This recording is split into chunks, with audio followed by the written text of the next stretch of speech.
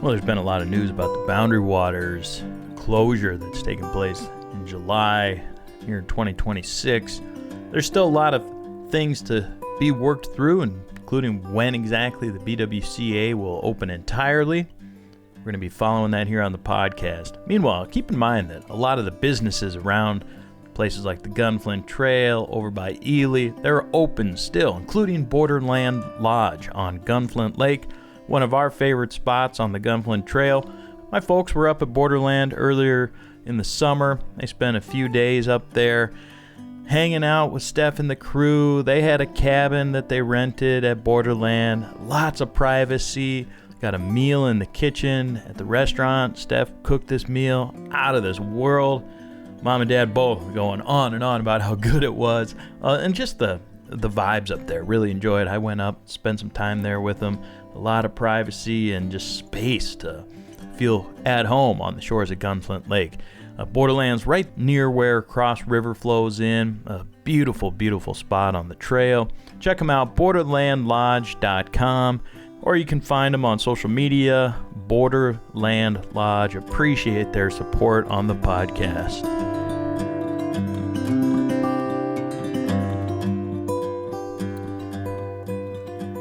Welcome to the Paddle and Portage Podcast. It's week 2 of the complete closure of the BWCA and Quetico. Got a lot of ongoing coverage at paddleandportage.com, but today we're going to hear another story about evacuation from the wilderness.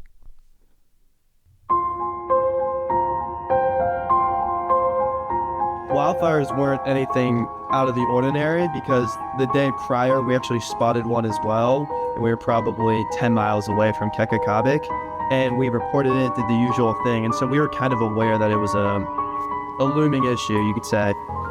On Monday, July 13th, 2026, the United States Forest Service announced the closure of the Boundary Waters Canoe Area Wilderness due to wildfires. Lightning strikes had already ignited multiple small fires in the region. On top of that, the extended forecast called for extreme heat and sustained high winds on a landscape deprived of rainfall. Multiple scout groups were traveling through the BWCA wilderness in the U.S. and Quetico Provincial Park across the border in Ontario, Canada, when weather conditions caused the existing fires to accelerate across the landscape. So on Monday, paddling up through Kekakabik, we actually stop at a campsite, and funny enough, Graham pulls up like a cavalry, and he comes and tells me the news that, hey, have you heard? And they pulled up and starts whipping out the satellite phone. He's like, I heard that like the Boundary Waters was closed down. Like, holy cow. Graham messaged me, like satellite messaged me. So it was kind of late in the afternoon, and my crew's like, hey, you might want to see this. So we climbed down the rocks, and like we can see the smoke filming over towards like Otter Track area. And then like an hour later, the smoke started coming through like the middle of Rossini, which we didn't know that there was a fire on Winton at that point. We got together as a crew and we said, hey, how do you guys want to get out? And they decided to go up through Eddy Lakes and out. And so we paddled as far as we could that day. And we settled at 6 o'clock. And yeah, we just made camp and said we'll finish it up in the morning and pray we catch a motorboat. Our crew was struggling with portaging. We had just gone from Knife to Kekakabik, and due to the wind conditions on Kekakabik, we were unable to continue upwards. So we made the decision to get as close to Knife, which would be the fastest way out to camp. So we had to loop kind of a little bit further east in order to get out quicker, to put us in a better position for the following day to get out. And ultimately, at the end of the day, it's, the crew's decision, and it's based off safety. We both had 2 different outlets for that. He decided to go up towards Eddy Falls and swoop around South Arm. I decided it's best to stay put and just like wait to see how this advances. Come to find out, it did not advance in a great way. Started raining ash and the embers sort of thing, and it was really picking up.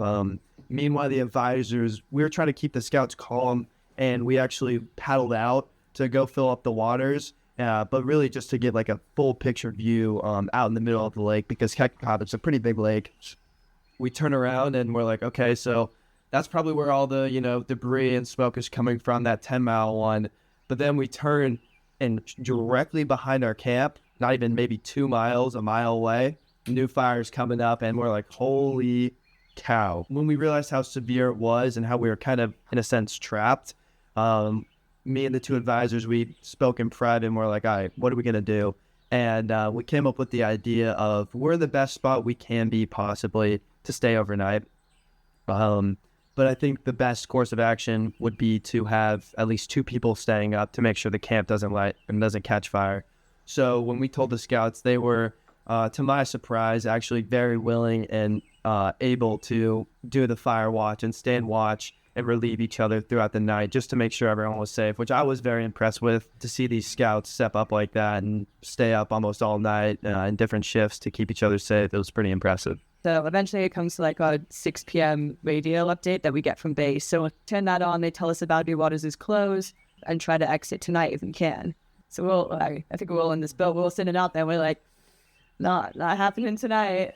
We wait for the radio traffic to clear, and we which way they want us to try and get out. So they kind of tell us to keep heading north to 9th and swing around. And so, yeah, scouts all pulled together. It's going to be a long day, but we got to get up early and go. And so, got up at 4:30 a.m. and packed up camp and tried to fit water as quick as we could.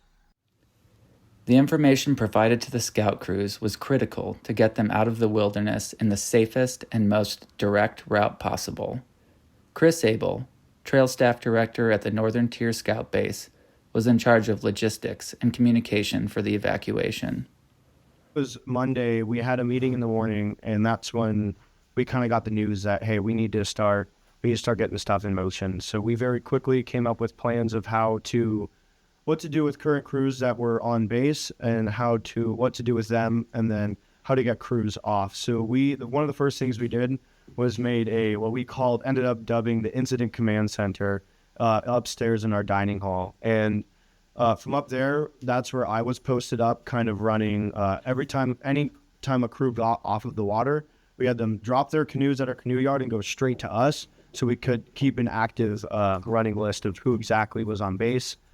When we started, we had about 50 crews out on the water. I don't know the exact number. And by the end of Monday, we had 14 or 15 crews left out there. So we had a little over 30 crews get off of the water, plus the 6 that were there that were supposed to regularly get there that day. 3 of these remaining groups, whose stories are being shared by Scout staff Britt, Gabe, Graham, and Jessica, were forced to travel to Knife Lake, which shares a border with Quetico Provincial Park. From there, they would still have over 20 miles to cover, moving west and south to get back to the remote scout base at the end of the Fernberg Trail in Ely, Minnesota. Meanwhile, another group, even further from base, also received word to evacuate from Quetico. Here's Alex. We get to Joyce. We paddled, it was somewhere between 14 and 17 miles that day, and we're in the thick of smoke the entire day. Thankfully, when we got into Joyce, we got into the tunnel where the smoke's going over us, and we could see all the fires, smokes in the distance. So Monday night, I drew up this new route, and we decided to cut a little short, go through Sarah, because we didn't want to get too close. We draw up this new plan, and then I text base, and they're like, you got to get out of there. Already a significant undertaking and miles to paddle, the conditions only intensified their efforts. The same powerful winds fueling the fire accelerated across the open lakes, creating large white-capped waves and carrying thick ash-filled smoke. Paddling into those winds is like trying to paddle upstream in a river current. If any boat capsized in these conditions, it would set back the group's desperate progress considerably. The disorienting smoke reduced visibility, making navigation more challenging. On top of that, the group had to wear masks to protect themselves from the black, carbon-rich emissions of the burning forest. I think it was 4:45, and we hit water before 6 o'clock, and the waves on South Arm Knife and later Knife Lake were very strong. The wind was intense, but I'll give credit to my crew. We kept on battling. what we're doing and what we're trying to accomplish is 2 to 3 days worth of paddling in one. People are coughing, but you just kind of have to, one step at a time. Just don't think about how far you have to go, just the next step of where you can take the next break. This episode of the podcast is supported by Sawtooth Outfitters. They're located off Highway 61 right by Lake Superior in Tofty. You can find them on your way up to the Boundary Waters or wherever you might be headed. They also have a lot of other options too for outdoor recreation along the North Shore, kayaking, bike riding. They've got rentals for you, guided tours. I really appreciate talking with Jeff and Sarah about all things related to BWCA, life on the North Shore, what's happening around the Tofty area, up the Sawbill Trail. They know what's happening. Sawtooth Outfitters in Tofty. Check them out. It's one of my favorite retail spots too. You got a really nice rain jacket there that's come in handy on numerous trips to the Boundary Waters. Jeff and Sarah, Sawtooth Outfitters in Tofty. Find them online, Sawtooth Outfitters. Hey, there's been a lot of news about the Boundary Waters. Of course, with the closures, you can find all kinds of news related to Minnesota on CityCast Twin Cities. It is a daily podcast. They have an email newsletter, social media channels, all about life in the Twin Cities. The podcasts are posted every weekday at 6, so you can start your day out with them. Hosted by Sean McPherson, local radio legend in the Twin Cities. Really enjoyed talking with Sean. I've come on the CityCast Twin Cities podcast a couple times already this year talking about BWCA news. They keep it real. It's local news, events around the cities, but it's like you're listening in on a smart, friendly conversation between people who know the Twin Cities, love Minnesota, know what's happening across the state, keeping it real. CityCast Twin Cities. Find them wherever you get your podcasts. Smoke had spread out throughout where you could barely see in front of you. Mask up, water, making sure you didn't breathe it in as you could. We devised a plan that we were able to kind of island hop across the ice to get to, an island just a mile up ahead, take a break there. And at the first island, we saw Britt's crew portage onto ice, and then we later ran into Jessica's crew while we were waiting at one of the islands to recover and battle the next section of waves. Truth is you're over 20 miles away from base, and it's like you're going to be breathing it in, and you're going to have to push through because, there's so many crews out there need help, and it's kind of like working together. And so we're, kind of bouncing off each other, seeing each other at different points, all kind of getting through this together. It's like, guys, we just got to make it to this little island and then you can stop. So we go make it there. And that's when Graham was able to tell me that when he satellite phone called in the night before, in the morning, that they had said that we can, try and flag down a motorboat. So then later when I finally got onto Carp Lake, I then radioed in to see kind of like what the motorboat situation was. And they were like, yeah, just flag down any motorboat you can see. And then a few minutes later, we then ran into Graham's crew again, and so that's when we were able to tell them to take the portage to Sucker. Meanwhile, it was announced that the Fernberg Trail, the dead-end road leading to the scout base in Ely, was to be evacuated immediately. One of the many fires burning inside the wilderness was moving south. Blown by strong winds and threatening the inhabitants along the road, the fire could also cut off the only escape route from the scout base. We gave the evacuation announcement at about 8 a.m. And then we got just about every single participant that was on base off by 9:30 and all of our staff off by about 10:30. And then some management filtered out, and come about 11:30 noon, it was just me, Leslie, our medical officer, and then our two maintenance managers as well. So at about noon yesterday, it was just us five holding down the fort. And we have this hill at base, and I couldn't tell you how many times we were running up and down that hill all day. Yesterday afternoon, I was at our bay post. Our deck overlooks our landing, or the trail that comes up from our landing, and I was just sitting there like an anxious little beaver, just ready to receive and help handle crews that got off of the water yesterday. The crew, making their way back from Canada's Quetico, had their own series of challenges to face. The scout interpreter Alex was forced to reroute the group multiple times to avoid active fires, taking the group through impossible terrain.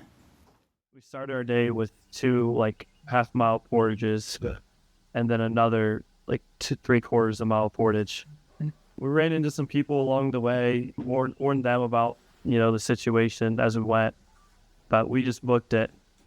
We took a portage that ended up taking us into a swamp, and that really we were hitting good pace.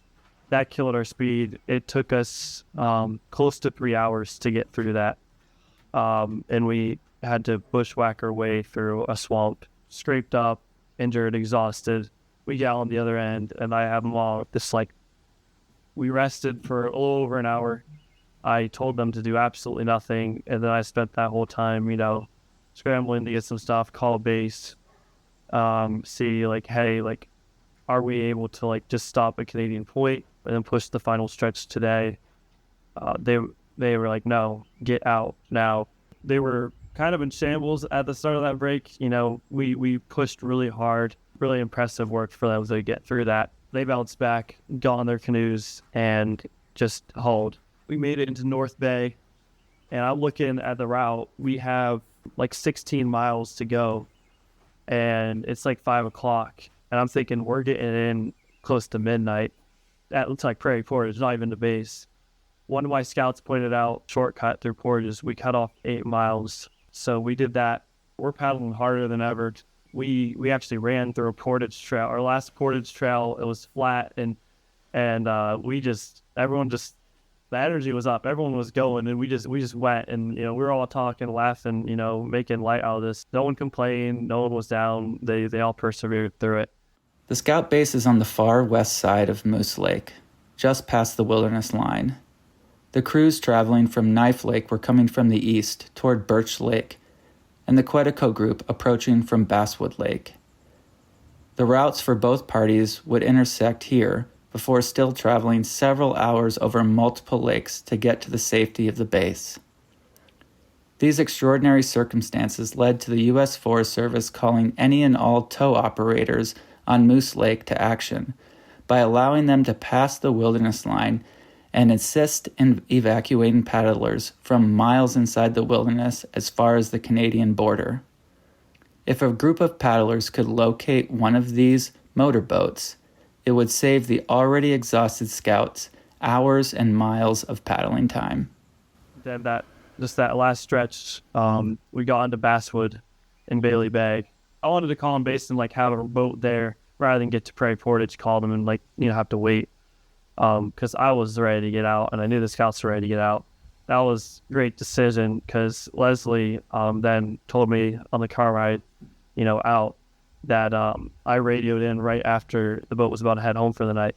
We gave them about an hour and a half heads up of when we were about to get to Prairie Portage, and that was what, they knew we were coming, so they stayed. We got to the portage. They were there waiting for us, got back to base at just after 9 is when we went up to base. We were able to get in communication with base to get the motorboat, and while we were motorboating in, we passed the Brits crew, and we saw that they also safely got back, but they took the long way and they paddled it all hard. It was scary getting back and hearing base has been evacuated. You have to go. Seeing, Chris, amazing dude, he was there waiting for us. And that was seeing the boat was something else, but then actually seeing people and being on land, an indescribable feeling. Oh yeah, I told myself when this all was first going down, I was not going to leave the canoe base until I saw every single one of the interpreters get off of water, or the sheriff had to forcibly remove me from that base. I was going to make sure every single one of those my guides made it out of the woods safely. So just trying to manage all that was stressful, one of the most stressful things I've ever done, but proud to do it. It was a very unfortunate situation, but I can't speak for everyone else, but as interpreters, as guides out here, this is kind of the thing that we live for, is kind of these intense situations where we're pushing hard, and you can really, you can tell that your crew is struggling, but you can also see it in their eyes that there's a hunger there and that there's determination. So it's unfortunate we're in this situation, but it was really cool to kind of see that part of the crew unlocked of what they can really accomplish.